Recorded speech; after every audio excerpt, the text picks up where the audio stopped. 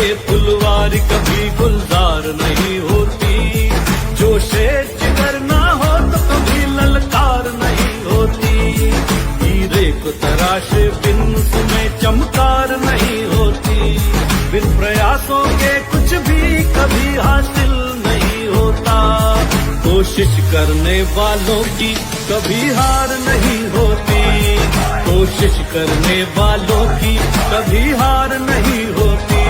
गिरते हैं शहसवार मैदान जंग में, वो तिफल ही क्या गिरे जो घुटनों के बल चले, ओ इरादे बुलंद जो ना हो अगर, तो फतह फिर कैसे मिले, कायर की कभी भी दुनिया में जय जयकार नहीं होती, कोशिश करने वालों की कभी हार नहीं होती, कोशिश करने वालों की कभी हार नहीं होती।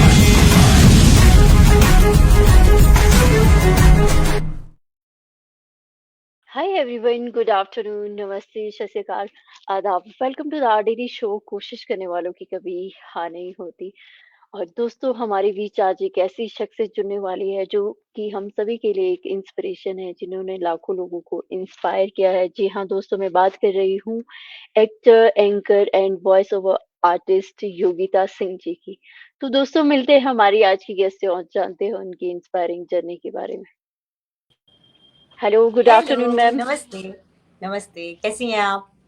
मैं अच्छी हूँ और आप कैसे हो? बहुत बढ़िया। आपके शो में आई हूँ तो और अच्छी हो जाऊँगी।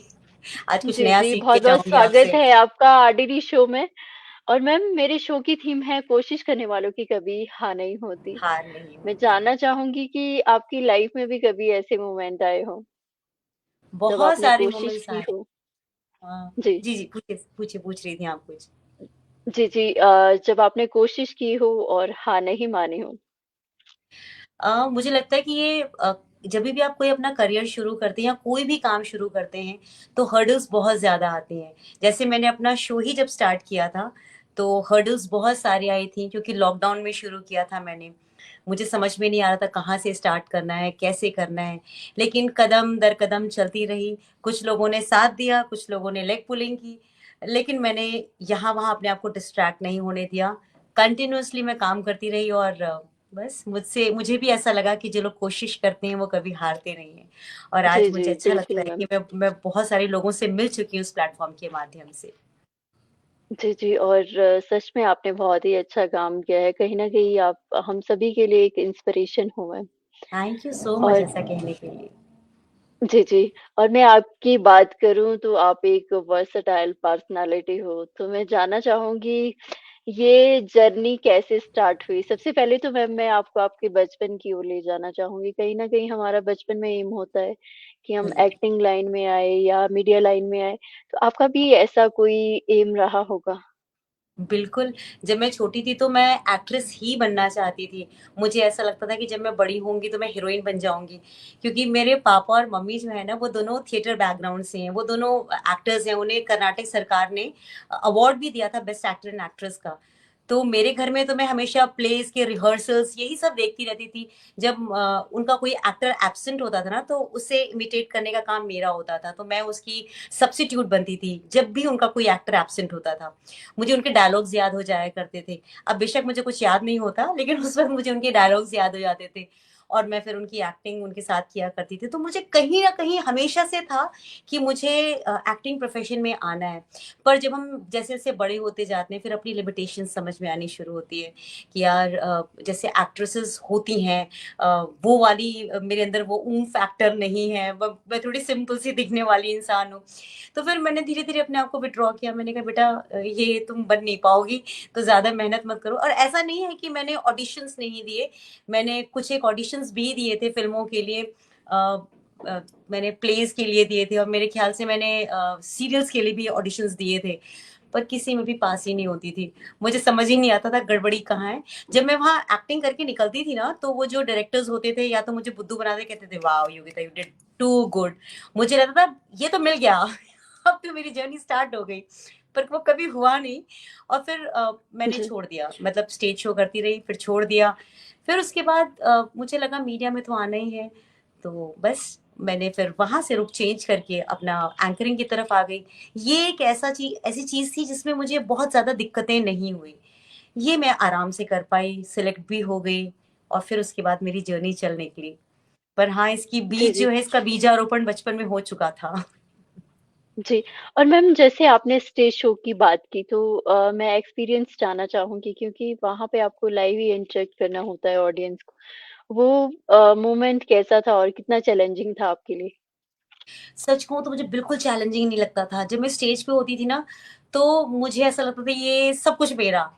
और वहाँ पे जो आपको रिएक्शंस इंस्टेंट मिलते हैं ना, वो इंस्टेंट रिएक्शंस तो ऐसे ज़बरदस्त होते हैं ना, मुझे मोटिवेशन ना लोगों की आँखों से आँखें मिला के आता है। मतलब जैसे मैं कैमरे में भी काम करती हूँ, जब मैं कैमरे की तरफ देखती हूँ तो मुझे ऐसा लगता है कि ये मुझे देख रहा है, तो मुझे बहुत वहाँ से हिम्मत मिलती है। और ऐसे ही स्टेज पर था, स्टेज पर मैं अगर डायलॉग भूल भी जाती थी तो वो पता नहीं ऑटोमेटिकली कुछ ना कुछ डायलॉग ऐसा आ जाता था कि वो स्थिति संभल जाया करती थी, और कभी किसी को पता ही नहीं चला कि मैं कोई डायलॉग भूली भी हूँ। तो स्टेज का मेरा एक्सपीरियंस हमेशा से बहुत ज़बरदस्त रहा। मुझे हमेशा से बहुत अच्छा लगा स्टेज पर काम करना। सच कहूँ तो वहाँ खड़े होके मुझे ऐसा लगता है कि वो मेरी दुनिया है, वो मुझे बहुत अच्छा लगता था। मैं बहुत मिस करती हूँ, क्योंकि अब ना मुझे डायलॉग्स याद नहीं होते, तो मुझे लगता है कि अब मैं स्टेज शो नहीं कर पाऊँगी। तो मैं अब बिल्कुल जी, हाथ-पैर नहीं मारती, पर जब तक स्टेज पे रही, मेरे लिए कभी कोई ऐसा मोमेंट नहीं रहा, जहाँ मुझे नर्वसनेस हुई हो। मैं हमेशा नर्वस, अंदर एंट्री से पहले मुझे हमेशा नर्वसनेस होती है, मेरे हाथ ठंडे हो जाते हैं, मुझे लगता है मुझे कुछ आता ही नहीं है, मैं वहाँ जाके क्या करूँगी? लेकिन जब मैं एक बार स्टेज पे होती हूँ तो वो बस इट्स लाइक माय प्लेस। पर वो सब मैं ओह! कुछ बहुत लंबा कर नहीं पाई। मैंने किया सब जी, कुछ, पर बहुत लंबा I couldn't take too long, I mean उसे अपने करियर में मैं बहुत लंबा नहीं लेके जा पाई। इस बात का मुझे जी। कभी-कभी दुःख होता है, पर इट्स ओके, सब कुछ डेस्टिनी है कई बार।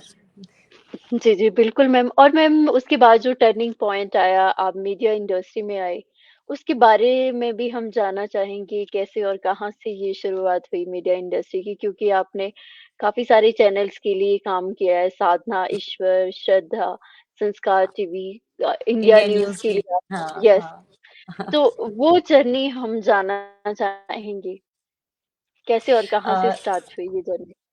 ठीक है। देखिए पहले तो मैंने मॉडलिंग से शुरुआत की थी जब मैं कॉलेज में थी। मैंने कोई एक मॉडलिंग कॉन्टेस्ट था, वहाँ जाकर के मैंने पार्टिसिपेट किया, बस ऐसे ही दोस्तों के साथ चली गई थी, और उसमें सबसे छोटी हाइट मेरी ही थी। और वहाँ पे इतने लंबे-लंबे, बड़े-बड़े बच्चों को देख घबरा तो गई थी, पर मैं अपना कैट वॉक करके आ गई और उसमें मैं सेलेक्ट हो गई। और उन्होंने मुझे बोला कि मतलब बहुत सारे असाइनमेंट्स उन्होंने दिए, जिनमें से सिर्फ एक असाइनमेंट जो है वो पब्लिश हो पाया। एक एक मेरा कैलेंडर ऐड आया था, बस एक वही आ पाया, बाकी चीज़ें कुछ हो नहीं पाई। लेकिन उसके तुरंत बाद मेरी शादी हो गई। तो अब शादी होने के बाद तो फिर मेरा मॉडलिंग मॉडलिंग का जो सपना था वो तो धरा का धरा रह गया। मुझे लगा कि अब तो कुछ होने वाला नहीं है मॉडलिंग में, खत्म। मेरा करियर बनने से पहले ही बर्बाद हो गया मैंने तो ये सोच लिया था। पर मेरा वो जो एक कैलेंडर ऐड था वो मेरे मम्मी के घर में उसे फ्रेमिंग करा के टाँग रखा था। तो एक बार मेरी मदर इन लॉ ऐसी एक्सीडेंटली पहुँच गईं और उन्होंने मेरा वो फ़ोटो देखा, तो उन्होंने मुझसे मेरी सास मम्मी से पूछा कि मेरा निकनेम डॉली है। उन्होंने बोला ये तो डॉली है। मेरी मम्मी थोड़ा-सा डर गईं, क्योंकि उनको कहा गया था कि नहीं-नहीं बहुत ऑर्थोडॉक्स फैमिली है, कभी पता ना चले कि ये मीडिया में या मतलब मॉडलिंग वगैरह कुछ करती थी। तो उनको मेरी मम्मी ने बोला कि नहीं-नहीं, अब वो डर भी रही थी झूठ बोलने में, तो वो कुछ बोल नहीं पाईं, वो चुप रहीं। तो मेरी मदर इन लॉ ने नोटिस किया मेरी एक ये उँगली जो है ना वो कटी हुई है। थोड़ी-सी ओह! ट्रिम हो गई है। तो जी, मम्मी की नज़र उस उँगली पे पहुँची, तो मम्मी ने कहा नहीं ये तो यही है, इसकी उँगली कटी हुई है और ये वही है। तो घर आके जी, मेरी सासू माँ ने मुझसे पूछा कि ये तुम्हारा एक कैलेंडर देखा मैंने, तो मैं बहुत डरी हुई थी। तो मैंने कहा कि वो ना मैं शादी से पहले ना मॉडलिंग करती थी। मम्मी लेकिन उसके बाद मैंने कभी नहीं किया, मैं थोड़ा डर गई थी।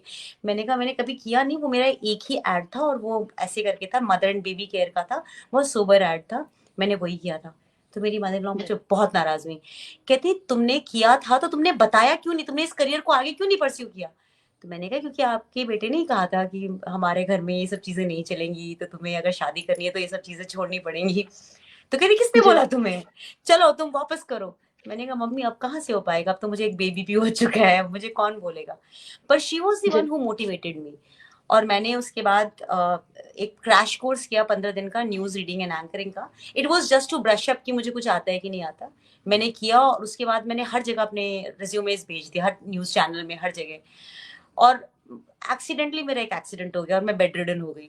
तो वो सपना मुझे लगा वो भी वहीं खत्म। और मैं 3 ओह! महीने तक बेड रिडन थी। और उसके बाद उस टाइम तो मैं कुछ सोच ही नहीं पा रही थी कुछ हो पाएगा, बट मैंने चूंकि बहुत अपने ना रिज्यूम्स कहीं कहीं भेज रखे थे। अचानक एक दिन मेरे पास कॉल आते हैं कि आपका ऑडिशन है। मैं चल नहीं सकती थी ठीक से, मैं फिर भी फटाफट तैयार हो गई, मैं उठ गई, मैंने कहा मुझे ऑडिशन देने जाना है। डॉक्टर्स ने बोला था कि 3 महीने तक अभी मत चलने देना, पर मैंने अपने हस्बैंड से रिक्वेस्ट की प्लीज ले चलो, क्या पता एक अपॉर्चुनिटी है। और ही टुक मी देयर, मैंने ऑडिशन दिया, आ गई घर। चल नहीं पा रही थी बट इट वाज ओके, करके आ गई थी मैं। फिर उसके बाद मेरे पास कॉल आई 1 अप्रैल को। साल था शायद 2024। 1 अप्रैल को मेरे पास 2024 2004 सॉरी 2004 में मेरे पास कॉल आई एक। मैंने सोचा 1 अप्रैल को फोन आ रहा है, मतलब पागल बना रहे, अप्रैल फूल बना रहे। मैंने मना कर दी, मैंने कहा मैं नहीं आ रही। उन्होंने कहा नहीं नहीं भाई, हम आपको सच में टीवी चैनल से कॉल कर रहे हैं। मैंने कहा प्लीज आप जो भी मजाक कर रहे हैं मुझसे, घटिया मजाक मत कीजिए। मैंने करके फोन रख दिया। उसने जब मुझे कॉल कर रही थी, मुझे उसने अनगिनत कॉल्स किए, फिर फाइनली मैंने उठा लिया। मैंने कहा कि आपको बोला ना, आप प्लीज मेरे साथ मत मजाक कीजिए, बहुत बुरा लगता है कि आप चाहते हैं कहीं जाना और आपके पास ऐसे झूठी कॉल्स आती। मैंने कहा this prank is not done, okay, मुझे नहीं पसंद आ रहा। उस लड़की ने बोला मैं भगवान की कसम खा के बोलती हूँ। And it was so funny, जब उस बेचारी ने कसम खाई मैं बहुत एम्बैरेस हो गई। मैंने कहा अच्छा प्लीज मुझे एम्बैरेस मत कीजिए, I am really sorry. 1 April समझकर आई जी। Was thinking it's a joke. मैं वहां पे गई, I gave the audition again and then there was no looking back. वो आध्यात्मिक चैनल था but I was doing a health show. और उसके बाद फिर करती गई एंड मेरा ब्रशिंग अप होता गया। जब मैं ऑडिशन में भी गई थी तो बहुत लर्नेड लोग, बहुत एक्सपीरियंस्ड लोग आए थे, जो जिनको देख के I was like oh God मेरा कुछ नहीं हो पाएगा। बट देन वो हो गया, मतलब मे बी भगवान की ब्लेसिंग थी। और मैं बहुत नई थी और कैसे हुआ मुझे खुद भी नहीं मालूम। मतलब आई गिव माई 100%, और मैं हर बार यही करती हूँ, 100% देके आ जाती हूँ। होगा तो होगा, नहीं होगा तो नहीं होगा वाला मेरा सीन रहता है। बट इट क्रैक्ड जी। एंड उसके बाद फिर बस करती जा रही हूँ। तब से अनवरत चल रही हूँ। जी, और मैम फर्स्ट एक्सपीरियंस कैसा था आपका? किसका experience, sorry? First first experience day का, as an oh yes, as an anchor. जबरदस्त था। मैं लाइव पर बैठी और मेरा फर्स्ट डे ही उन्होंने लाइव करवाया मुझसे। लाइव मतलब उनका शो भी हेल्थ का लाइव हेल्थ शो था। मेरे को लाइव पे जी। बैठाया और उसके बाद मैं लाइव कर रही हूँ और मैंने सामने कैमरामैन की तरफ देखा और वो कैमरामैन ना अचानक उसके चेहरे पर हवाइयां उड़ रही। और मैंने आपको जैसे बताया कि यूजुअली मुझे लोगों की आंखों में देखने की आदत है, तो उसका चेहरा देख के मुझे समझ में आ गया कुछ तो गड़बड़ हो चुका है। जब जी। जब मतलब गेस्ट का कट आ रहा था, सामने स्क्रीन पे दिख रहा था कि किसका वो आ रहा है, रिएक्शंस आ रहे थे, तो गेस्ट के डायलॉग्स आ रहे थे और मैं नहीं थी स्क्रीन पे। तो मैंने कैमरा के मैन की तरफ ऐसे किया, तो उसने मुझे ऐसे इशारा किया। जब उसने मुझे ऐसे इशारा किया मुझे लगा सब ठीक है, ओके। और जब लाइव खत्म हुआ तो पता चला कि सारा सिस्टम उड़ चुका था, वो कुछ नहीं कर पा रहे थे और जो भी हम कर रहे हैं वो एज इट इज लाइव जा रहा था, उसमें कोई ब्रेक नहीं डाल सकते थे, कुछ भी नहीं डाल सकते थे। और मैं लाइव जा रही हूँ और यकीन मानिए मैं मस्त लाइव कर रही थी। मुझे कोई फर्क नहीं पड़ रहा था कि कुछ मतलब कुछ गड़बड़ भी हुआ होगा तो कुछ पता नहीं। But it was an amazing feeling कि मैं लाइव हूँ। मुझे बड़ा अच्छा लग रहा था सोचे कि मैं लाइव कर रही हूँ, अच्छा इट्स समथिंग वेरी डिफरेंट। मैं सच बताऊं, जी। टचवुड, मुझे ना कभी भी आप नदी में फेंक देंगे तो मुझे डर नहीं लगता। मैं जितना भी डर लगता है मुझे उससे पहले लगता है और उस चीज को कर देने के बाद मुझे डर लगता है। जब मैं उस सिचुएशन में होती हूँ तो I am not scared of anything. शायद शायद मुझे उस टाइम ऐसा लगता है कि बेटा अब कुछ नहीं हो सकता, अब जो तुम कर रही हो वो तुम करते रहो, this is the only way to get out of it. तो बहुत अच्छा एक्सपीरियंस जी। था। जी, और ma'am live and editing show में मतलब किसमें ज़्यादा आपने एन्जॉय किया? क्योंकि मुझे लाइव लाइव में तो शो में आपको। मुझे जी। लाइव शो बहुत अच्छा लगता है। लाइव शो में क्या होता है ना, आप मुझसे रिकॉर्डेड कुछ करवा लीजिए, मैं इतने फंबल्स लूँगी, इतने रीटेक्स लूँगी कि आप मेरे आगे हाथ जोड़ोगे, वो बस योगिता जी बस बहुत हो गया। आपने वो मूवी देखी है जिसमें बहुत रीटेक लिए थे, क्या नाम था उस एक्टर का? नाना पाटेकर ने। वो भाजी ले लो, वो ले लो, वो घोड़े पे चढ़ाते हैं, वो गिर जाता है। मुझे उस फ़िल्म का नाम याद नहीं आ रहा। शायद जी। जो भी था, मुझे नाम याद नहीं आ रहा। अनिल कपूर था उसमें। आपको मूवी याद होगी शायद, वो it was a very funny movie, उसने बहुत रीटेक्स लिए थे। जब मैं उस फिल्म को हॉल में देख रही थी तो मैं हंसते हंसते लोटपोट हो गई थी, क्योंकि एग्जैक्टली ऐसा एक एक्सपीरियंस मेरा हो चुका है। मैं एक शो कर रही थी जो कि उर्दू में था, मुझे उर्दू बिल्कुल नहीं आती, और वो शो मुझे मिला था, मेरे मेकअप आर्टिस्ट है दानिश, वो स्क्रिप्ट राइटर भी हैं, उनको मुझ पर जरूरत से ज्यादा भरोसा। उन्होंने कहा, वो स्क्रिप्ट भी लिखते हैं और मेकअप भी करते थे मेरा, उन्होंने मुझे बोला कि आप इसमें एंकरिंग कीजिए। हुस्ने तामीरी करके उस शो का नाम था। जी। मैंने बोला ठीक है, मेरे को मुझे उसके विश्वास पर विश्वास है कि अगर इसने कह दिया तो मैं कर लूंगी। मैं चली गई इसका शूटिंग पे, वो रिकॉर्डेड शो था। उन्होंने मुझे स्क्रिप्ट दे दी पढ़ने के लिए, और स्क्रिप्ट तो योगिता सिंह को कभी जिंदगी में याद नहीं हो सकती। मुझे उन्होंने पकड़ा दिया स्क्रिप्ट की, और ऊपर से उर्दू लिखा तो उन्होंने हिंदी और इंग्लिश में ही था। मैंने कहा अच्छा ठीक है, मतलब जो चंक बोलना था, मुझे लगता है कि मुश्किल से 5 मिनट का चंक होगा। उस 5 मिनट के चंक को करने में मैंने कम से कम 4 से 5 घंटे लगाए। इतने रीटेक्स की बाद में मेरा पसीना आना शुरू हो गया, और मैंने उन लोगों को बोला, मैंने कहा प्लीज एंकर चेंज कर लो, मुझसे नहीं होगा। मतलब मेरे लिए वो एक्चुअली उस वक्त तो बहुत एम्बैरेसिंग था, मतलब उस दिन तो डूब मरने वाली स्थिति लग रही थी। मुझे लग रहा था भगवान मैंने क्यों हाँ किया, मैंने क्यों कहा कि मैं ये शो कर सकती हूँ।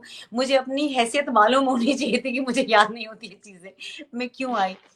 पर फिर भी वो जी। किसी तरह से मैंने कर लिया। लेकिन जब वो टेलीकास्ट है वो इतना सुंदर था, इतना अच्छा था कि कोई बता नहीं सकता कि मैंने उन लोगों के तो, उनकी तो हालत ही खराब कर दी थी। जो भी रिकॉर्डिंग कर रहे होंगे, जो एडिटिंग कर रहे होंगे, उनकी मैंने हालत खराब कर दी थी।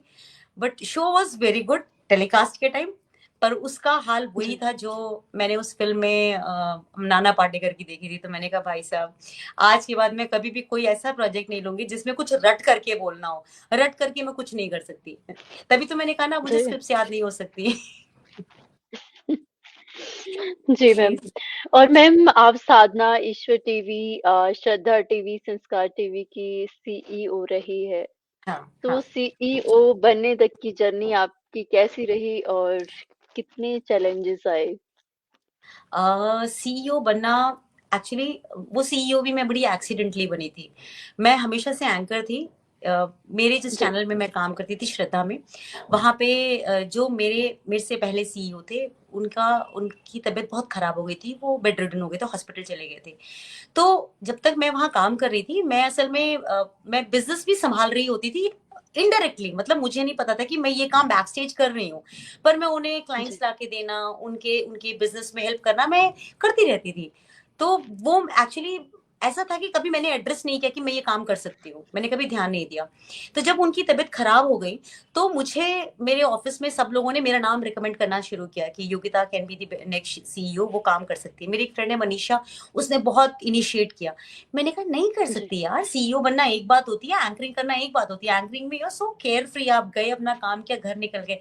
मैंने कहा सीईओ मतलब आप सुबह से रात तक बैठे हो और बैकएंड का सारा काम कर रहे हो। मैंने कहा, और मुझे अब मतलब हैप्पीली वैसे हेल्प करना एक बात होती है, पर बेसिक्स नहीं पता। उसने मुझे बोला नहीं करो। और वहां से अचानक, मतलब जो मुझे पुश करके उसने, एक्चुअली उसने और फिर चैनल के बाकी लोगों ने भी मुझे पुश किया कि नहीं, you can handle, you can handle.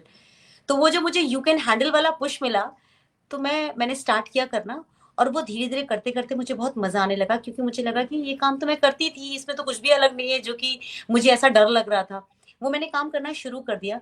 लेकिन करते करते मुझे ये समझ में आया कि वो जो एक मेरे मेरे अंदर जो एक मस्त मौलापन था ना, वो मेरा खत्म होता जा रहा था धीरे धीरे। वो जो मैं बहुत खुश मिजाजी में रहती थी, मैं स्ट्रेस फ्री लाइफ रहती थी, मेरे यहाँ पे हमेशा स्ट्रेस की लकीरें रहनी शुरू हो गई। मुझे गुस्सा आना स्टार्ट हो गया। और मैं मतलब क्योंकि वहां पे जब मुझे समझ में आया कि प्रेशर क्या होता है, वो मैंने सीईओ बन के समझा कि आप ना, जब हमारे बॉसेस हम पर चीखते चिल्लाते हैं तो वो क्यों चीखते हैं। जब मैं खुद बॉस बनी तो मुझे समझ में आया, और मुझे लगा कि जी। यार this is not my cup of T. मैं अपनी खुशियों को तिलांजलि दे रही हूँ। मुझे बहुत केयर फ्री रहने की आदत है, मैं ज्यादा स्ट्रेस लेना पसंद नहीं करती।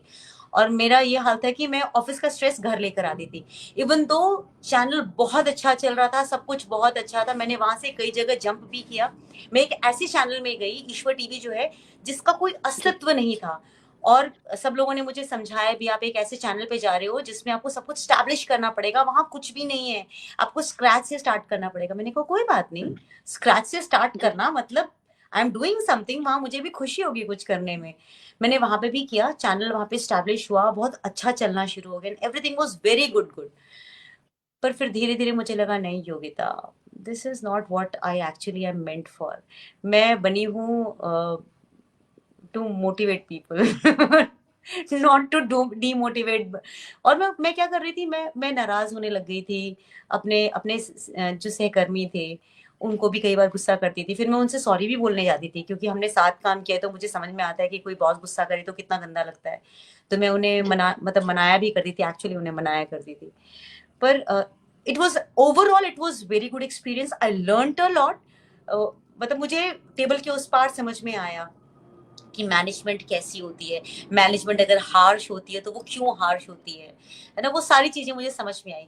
लेकिन मुझे इस तरफ बहुत मजा आता है, मुझे कैमरे के पीछे पसंद नहीं आता, मुझे कैमरे के सामने मजा आता है।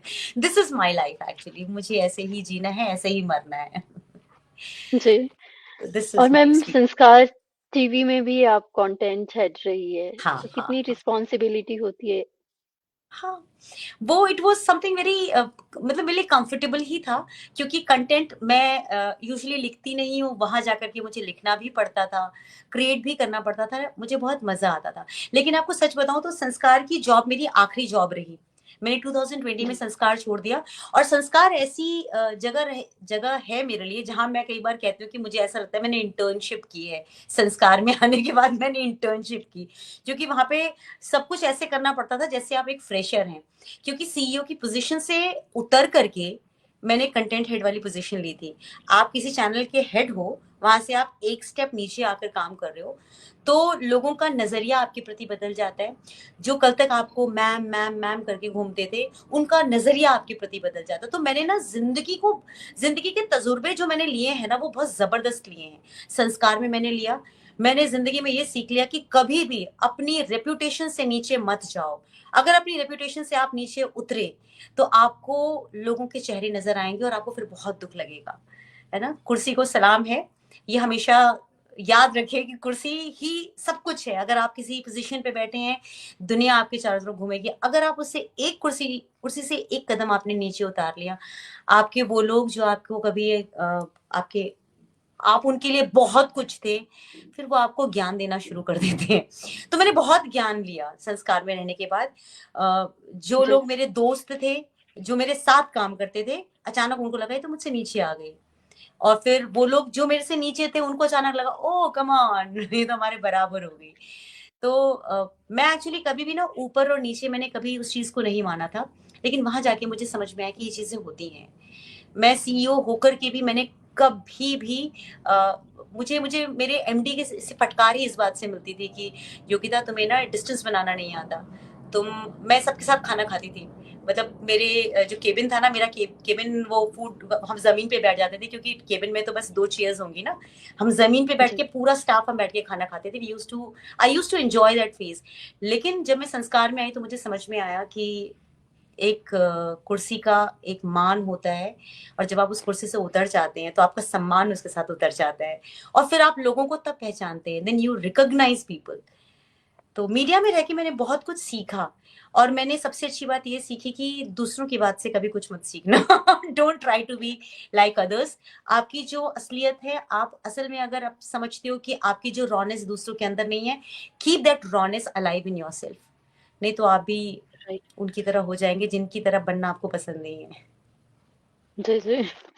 बिल्कुल सही कहा है। और उतार-चढ़ाव आते रहते हैं मैम, लेकिन खुद को पॉज़िटिव रखना ये अपने आप में बहुत बड़ी बात है। जो आपने खुद बहुत को मुश्किल है। पॉज़िटिव रखा, यस, हैट्स ऑफ मैम। और उसके बाद जो आपका चैट शो आया मंथन, वो ये मैंने उसकी शुरुआत कैसे हुई? जी। ये ना मैंने लॉकडाउन में स्टार्ट किया था 2020 में। नौकरी छोड़ने के बाद एक्चुअली मुझे कुछ समझ में नहीं आ रहा था कि मैं क्या करूं। और ना जो लोग पूरी जिंदगी काम करते हैं ना, उनके लिए खाली बैठ पाना एक श्राप से कम नहीं है। समझ ही नहीं आता है क्या जी। करें। अ, बाहर वाले आपको आपकी सेल्फ वर्थ बताएं न बताएं, लेकिन आपको खुद ऐसा लगता है कि आप ना खाली बैठे हुए हैं। और उस दरमियान ना बहुत से लोगों को हेल्थ इश्यूज आ रहे थे। और मेरे ना मेरी मतलब डॉक्टर्स के साथ बहुत अच्छी जान पहचान रही है हमेशा से। चूंकि मैं हेल्थ शोज करती थी, जैसे मैंने आपको बताया, तो मेरी डॉक्टर्स के साथ बहुत अच्छी जान पहचान रही। तो मुझे ऐसा लगा कि मैं लोगों को वैसे भी हेल्प करती थी, लोग मुझे फ़ोन करते थे, मैम किस डॉक्टर को दिखाऊँ? ये वाली प्रॉब्लम चल रही है, मैं किससे कंसल्ट करूँ? कोई हॉस्पिटल बता दो, कोई बेड दिलवा दो। लोग मुझे बहुत कॉल करते थे, तो मुझे अचानक लगा कि जब मैं ऐसी हेल्प कर रही हूँ, तो मैं क्यों ना डॉक्टर्स के साथ शो लाइव करना शुरू कर दूँ ताकि लोगों को हेल्प मिलती रहे। तो मैंने स्टार्ट किया, मैं फेसबुक पर लाइव करती थी। एक आध डॉक्टर्स के साथ मैंने फेसबुक पे लाइव किया। फिर मैंने इंस्टाग्राम पे शुरू किया। मुझे समझ में नहीं आता था कि मैं किस प्लेटफ़ॉर्म के ज़रिए लोगों की मदद करना स्टार्ट करूँ। तो मैंने हेल्थ शोज़ करने स्टार्ट किए, लोगों को हेल्प करना स्टार्ट किया। फिर उसके बाद धीरे-धीरे करके मैं चूँकि बहुत सारे सेलिब्रिटीज़ को जानती थी जो मेरे दोस्त थे, तो मैंने उनके इंटरव्यूज़ करने शुरू किए। फिर उसके बाद जी, तो जब वो क्या होता है ना, जब आप एक पकड़ते हैं सिरा, तो धीरे-धीरे करके ना भगवान आपकी हेल्प करनी शुरू कर देते हैं। मुझे मेरे दोस्तों ने भी बहुत सारी मदद की। मैं जिनके इंटरव्यूज़ करती थी, उन लोगों ने भी मुझे बहुत हेल्प किया कि अच्छा योगिता एक काम करो, आप ना इनका इंटरव्यू कर लो। अगर आपको इनका करना है तो इनका भी कर लो, ये भी बहुत अच्छा काम कर रहे हैं। ऐसे करते-करते जी, मुझे बहुत से लोग मिले। अ, वो होता है कि God helps those who help themselves, तो मुझे लगता है कि हुआ उसके से बाद जब मैंने अपनी हेल्प करनी शुरू की तो भगवान ने मेरी हेल्प करनी शुरू कर दी। तो जी, मेरा जी, जो मंथन जब मैंने स्टार्ट किया, तो मेरे दिमाग में यही था कि मैं लोगों को हेल्प करूँगी हेल्थ के माध्यम से। फिर मैंने सोचा था कि लोगों को इंस्पायर करूँगी इंस्पिरेशनल स्टोरीज़ के ज़रिए। मैंने बहुत सारे लोगों की इंस्पायरिंग जर्नीज़ जो है वो मैंने कवर करने की कोशिश की। और अभी तक मैं कर रही हूँ, लेकिन मैंने ना एक एक चीज़ देखी, और वो ये देखा, जब तक ख़ैर कोरोना चल रहा था तो लोगों को इस चीज़ की बहुत आवश्यकता थी, हेल्थ की ज़रूरत थी, फिर उनको मोटिवेशन की ज़रूरत थी। लेकिन धीरे-धीरे करके जी, लोगों को मोटिवेशन की ज़रूरत खत्म हो गई। लोगों ने मोटिवेशनल चीज़ों को देखना ही छोड़ दिया। उनको अब ना वन लाइनर्स राइट, चाहिए। अब इंस्टाग्राम के लिए वन लाइनर मैं कहाँ से लाऊँ? अब आपका शो है, आपके शो का एक ड्यूरेशन होगा, 10 मिनट, 15 मिनट, आधे घंटे का आपका शो होगा। मैं बनाती थी लाइव, 1 घंटे हो जाते थे, कभी आधे घंटे होते थे। लोगों का ना लोग टिकते नहीं थे शोज़ में, शोज़ देखने के लिए। जिसको जी, परेशानी है वो देखेगा, उसके अलावा कोई नहीं देखेगा। तो क्या होता था, मैं शो कर रही हूँ, एक भी व्यूअर नहीं है शो में। बस मैं शो कर रही हूँ, मैं हूँ और गेस्ट है। अब वो क्या होता था ना, धीरे-धीरे मुझे समझ में आ गया कि लोगों को पसंद नहीं आता। फिर मैंने क्या किया, मैंने भोजपुरी एक्टर्स पकड़े। जब मैंने जी, भोजपुरी वाले एक्टर्स का इंटरव्यू करना शुरू किया, ओह माय गॉड! मेरे सब्सक्राइबर्स बढ़ने शुरू हो गए, मेरे फॉलोअर्स बढ़ने शुरू हो गए, व्यूज़ आने शुरू हो गए। मैं समझ गई लोगों को कोई मोटिवेशन नहीं चाहिए, लोगों को बिल्कुल, सिर्फ़ और सिर्फ़ ग्लैमर चाहिए और कुछ नहीं चाहिए। मुझे कई बार बहुत राइट दुःख मैम, लगता है, मैं नगीने लेकर आई हूँ, ऐसे-ऐसे लोग लेकर आई जिनको देख कर के मुझे ऐसा लगता था कि आज मैंने बहुत अच्छा काम किया, मैंने इस इंसान का इंटरव्यू किया है। आप यकीन नहीं करेंगे, उसको व्यूज़ मिलते थे 4, 5, 10, 20। इतना दुःख होता था वो इंटरव्यूज़ में। जब मैं उस इंटरव्यू को बाद में खुद देखती थी, मैं सोचती थी कि मैं अपने लिए इंटरव्यू कर रही हूँ सिर्फ़। मतलब मैं चाहती हूँ कि लोग देखें, इनके काम को देखें, इनको भी मतलब लोग उनको भी सपोर्ट करें आकर के। पर नहीं, जी, लोगों को मतलब ही नहीं है। लोगों को सिर्फ़ कबाड़ राइट, देखना है। आज भी जब मैं कुछ अच्छा लेकर आती हूँ, मेरे शो में कोई नहीं जुड़ता। मैं जैसे एस्ट्रोलॉजी के शो शुरू करती हूँ, भीड़ बढ़ जाती है देखने के लिए।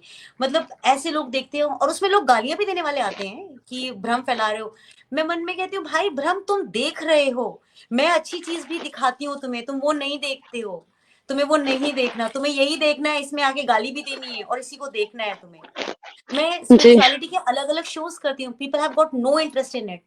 मैं मैं ना लोगों को समझ नहीं पा रही हूँ कि लोग चाहते क्या हैं। मैंने बहुत कुछ करके देख लिया है, और अल्टीमेटली अब मुझे समझ में आ गया कि योगिता, जो तुम्हें मन कर रहा है तुम वो करो। अगर तुम्हें पैसे कमाने हैं तो तुम वो करो जिससे पैसे आते हैं, और जिससे तुम्हें सैटिस्फैक्शन मिलता है वो ज़रूर करो। तो मैंने एक बैलेंस बना रखा है। मैं आध्यात्म का एक वो हिस्सा भी करती हूँ जिसमें जिसमें मुझे बहुत मज़ा आता है। मैं उन लोगों की अनसंग स्टोरीज़ भी लेकर आती हूँ दुनिया के सामने, जिसका मुझे पता है जी, कि पता नहीं लोगों ने देखना है कि नहीं देखना है, पर मुझे सैटिस्फैक्शन होता है कि उनकी बातों को I have given a platform. जी, ग्रेट मैम, हैट्स ऑफ नहीं, क्योंकि पता नहीं, मतलब मुझे लगता है मेरा स्ट्रगल नहीं जा रहा। This struggle is still on and on. लोग कहते हैं ना कि एक वक़्त के बाद स्ट्रगल खत्म हो जाता है। मुझे लगता है कि ये जी, स्ट्रगल एक ऐसी चीज़ है जो कि शायद जब हमारा दम निकलेगा ना, उसके साथ ही खत्म होगा। अगर आप सच में कुछ करना चाहते हैं। कुछ नहीं करना चाहते तो इट्स ओके फिर तो ख़ैर कोई बात ही नहीं है। राइट राइट मैम और ये जो आपने नेम रखा है मैम मंथन, हाँ, मंथन। यस, ये नाम मैंने वो भी इसीलिए रखा है कि जी बताइए ना, आप कुछ जी, पूछ रही हैं? यस, इसके बारे में भी हम जानना चाहेंगे। ये नाम आप यकीन नहीं करेंगे, आज से बरसों पहले ये नाम मैंने मंथन सोचा था कि मतलब जब मैंने कभी ज़िंदगी में नहीं सोचा था कि मैं ऐसा कोई शो बनाने वाली हूँ। बहुत जी, बहुत साल पहले, आई गेस समवेयर 10-15 साल पहले मैंने ऐसा नाम सोचा था कि मैं कभी जिंदगी में अपना शो बनाऊंगी ना, तो मैं उसका नाम रखूंगी मंथन, जिसमें हम आत्म जी, मंथन करेंगे। और मैंने मैंने एक चीज और सोची थी कि मैं एक ट्रैवल बेस्ड शो भी करूंगी। मैंने दो चीजें सोची थी। एक सोचा था कि मैं एक ऐसे मोटिवेशनल शो करूंगी जिसका नाम मैं रखूंगी मंथन, और जिसमें हम जी, सिर्फ इंटेलेक्चुअल बातें करेंगे, बहुत ऐसी बातें करेंगे जिससे लोगों को मोटिवेशन मिले। किसी को नहीं मिलता मोटिवेशन, किसी को मोटिवेशन नहीं चाहिए, सब मोटिवेटेड है अपने अपने लेवल पे, पर ऐसा मैंने जी, जी, सोचा था। और एक सोचा था मैं एक ना शो करूंगी जिसमें अलग अलग शहरों में जाके उनके अचार, उनके मसाले, मैं उस पर एक शो करूंगी। तो मैंने एक ट्रैवल शो का भी नाम सोचा हुआ था कि मतलब उसका नाम मुझे ठीक से भी याद नहीं आ रहा, क्योंकि वो उसको मैंने रखा हुआ है संभाल करके कि उसे कभी करूंगी। जी, मैंने जी, ऐसे सोचा कि चटपटी योगिता कुछ ऐसा नाम रखूंगी। तो फिर मुझे किसी ने बताया, "अरे जी, चटपटी योगिता ये कौन सा नाम होता है?"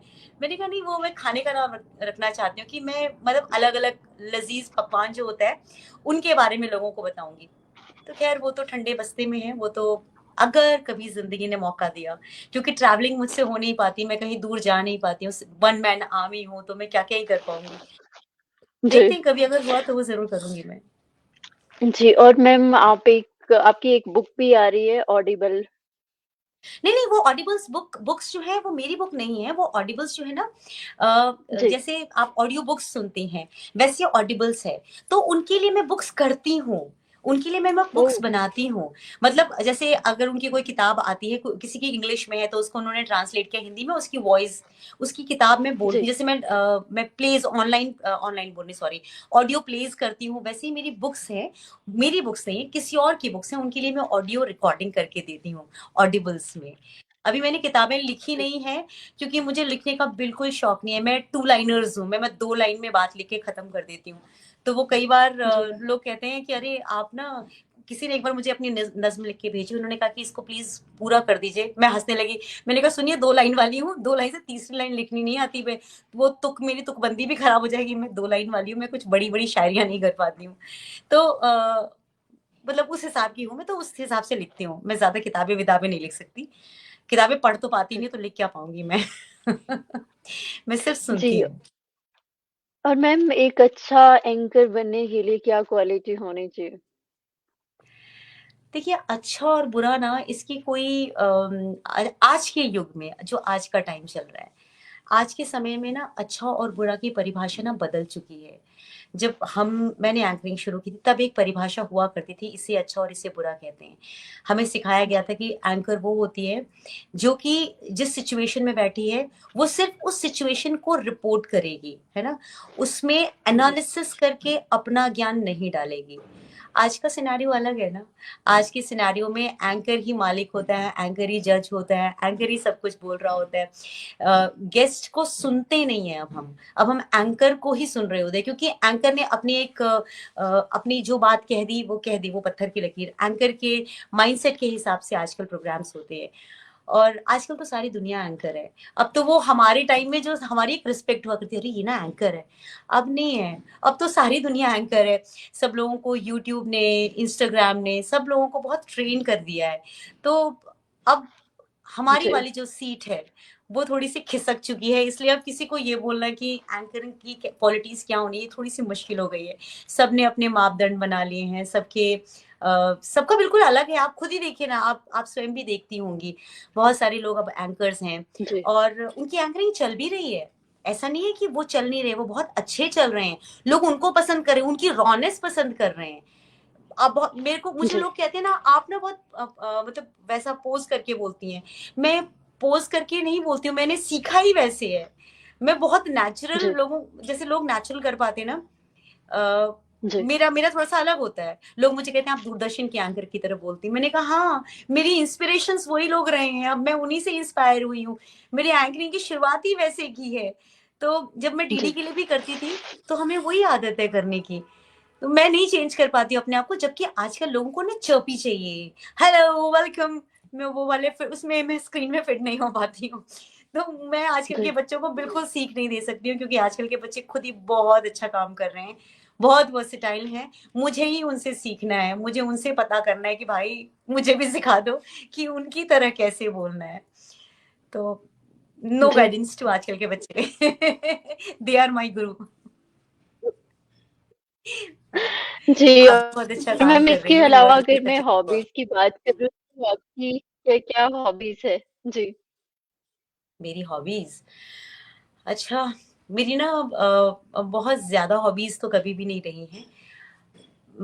मुझे हमेशा से ना पढ़ना और मैं कैसे समझाऊँ, मतलब मैं गुनगुनाना, पढ़ना, अ, मुझे मुझे कोई ख़ास ज़्यादा हॉबीज़ नहीं रही हैं। जी। मतलब मुझे हॉबी के नाम पर मेरे पास ऐसा कुछ भी नहीं है। आई एम वेरी लाइक, मैं सिर्फ़ अपना काम करना जानती हूँ बस, तो I never try to develop anything. जो मुझे आता है ना वही मेरी हॉबी है, एंकरिंग ही मेरी हॉबी है। इसके अलावा कुछ है ही नहीं। जी। अ, आपकी आपकी वीडियो जी, स्टिल जी। लग रही है मुझे। अ, आई आप थिंक मुझे स्टिल लग, नेटवर्क इश्यू यू हो कैन सी सकता है। मी? यस, यस, थोड़ा-सा। यू कैन सी मी जी। ना? अच्छा, ठीक है, बिकॉज़ मुझे आप स्टिल दिख रहे यस, हैं। यस। जी, जी। जी, तो मेरी ना मैम हॉबी हो सकता है एंकरिंग मेबी। ही है। मेरी मेरी हॉबी भी जी, जी। एंकरिंग है, मेरा काम भी एंकरिंग है, मेरी ज़िंदगी एंकरिंग है, इसके अलावा कुछ नहीं है। तो this is, I am meant जी। For being an anchor. तो मैं अपना पूरा ओह, फ़ोकस ग्रेट। अपनी हॉबी के तौर पे बस यही करती हूँ, कि मैं अब नेक्स्ट क्या करूँ? बस यही सोचती हूँ, यही करती हूँ। जी, जी। ग्रेट मैम, और कहीं न कहीं हमें भी इंस्पिरेशन मिलती है आपसे, और हमारे साथ ऑडियंस भी जुड़े हैं, उन सभी को मैं थैंक यू कहना चाहूँगी। शशि लाहोटी जी हमारे साथ जुड़ी है जो कि कवियत्री है। अच्छा, thank you so much. Gulab Singh Thakur ji हमारे साथ जुड़े हैं, thank you so much. Uma Sharma ji हमारे साथ जुड़ी है, thank you so much. Pilkender Arora ji हमारे साथ जुड़े हैं जो कि एक कवि है। ब्रिजेश अरे सिन्हा जी हमारे साथ जुड़े हैं, ये भी बहुत ही अच्छे कवि है, thank you so much. Thank you so much everyone. Doctor Neeta Pandey ji हमारे साथ जुड़ी है जो कि रिनाउंड सिंगर है, और शिराज पंडित जी जुड़े हैं जो कि एक वाह! जाने माने एक्टर है, थैंक यू सो मच। सबको मुक्ता नमस्ते। चैटर्जी हमारे साथ जुड़ी है। जी, जी। सिंगर है, रिनाउंड सिंगर है, thank you so much everyone. जो भी हमारे साथ जुड़े हैं सभी को मैं थैंक यू कहना चाहूँगी। और मैम जाते-जाते क्या मैसेज देना चाहोगे आप हमारे ऑडियंस को जो हमारे साथ जुड़े हैं? देखिए, आपके साथ जो लोग जुड़े हैं वो ऑलरेडी अपने फ़ील्ड में बहुत अच्छा कर रहे हैं, बहुत बेहतरीन कर रहे हैं, तो उन्हें तो मैं कुछ मैसेज नहीं दे सकती हूँ। बस मैं इतना कह सकती हूँ कि जो लोग चल रहे हैं, वो अनवरत चलते रहें, क्योंकि जब तक हम ज़िंदा हैं, हमारी पहचान हमारे काम से ही है ना? तो जैसे वो लोग कवि हैं, सिंगर हैं, तो उनकी पहचान उनके काम से है, तो बस अपने काम के प्रति ईमानदारी हमेशा रखें। अपने काम को कभी कॉम्प्रोमाइज़ ना करें, कभी बेचें नहीं किसी गलत चीज़ के लिए। मतलब ऐसा मुझे लगता है कि अगर हम अपने काम के प्रति ईमानदार रहते हैं, अपने काम को कभी बेचते नहीं, बेचना मतलब मैं ये नहीं कह रही कि मैं एंकरिंग के पैसे नहीं लेती, नहीं, मैं उसकी बात नहीं कर रही। मैं उसकी बात कर रही हूँ जी। कि अपने उसूलों को ताक पे रख कर के, उससे नीचे उतर के हमें काम नहीं करना चाहिए। जब हम अपने काम की रिस्पेक्ट करते हैं ना, तो काम भी डबल, ट्रिपल, 4 टाइम्स होकर के it comes back to us, और वो हमें हमें अपने काम से प्यार रहेगा तो हमारा काम भी हमसे उतना ही प्यार, उतना ही मोहब्बत दिखाएगा। तो बस यही मैं कहना चाहूँगी कि love your work and be the way you are. अपने आप को प्यार करना बहुत ज़्यादा ज़रूरी है, क्योंकि दुनिया का हमें पता नहीं, राइट। तो love yourself, that's it. Thank you so much ma'am, thank you so much for giving me your valuable time. It was a great experience with you. Thank you so much ma'am, thank you बहुत very, ही अच्छा लगा आपसे मिलकर। मुझे बहुत bye-bye. पसंद आया, आपका शो मैं हमेशा देखती हूँ, it's always lovely. Thank you कि ओह! आपने अपने उतने प्यारे से लोगों के बीच में मुझे भी स्थान दिया। I am feeling so honoured. Thank you very much. Thank you. Thank you so much ma'am, bye-bye. Thank you so much everyone, और इसी तरह से देखते रहिए द आरडीडी शो, कोशिश करने वालों की कभी हार नहीं होती।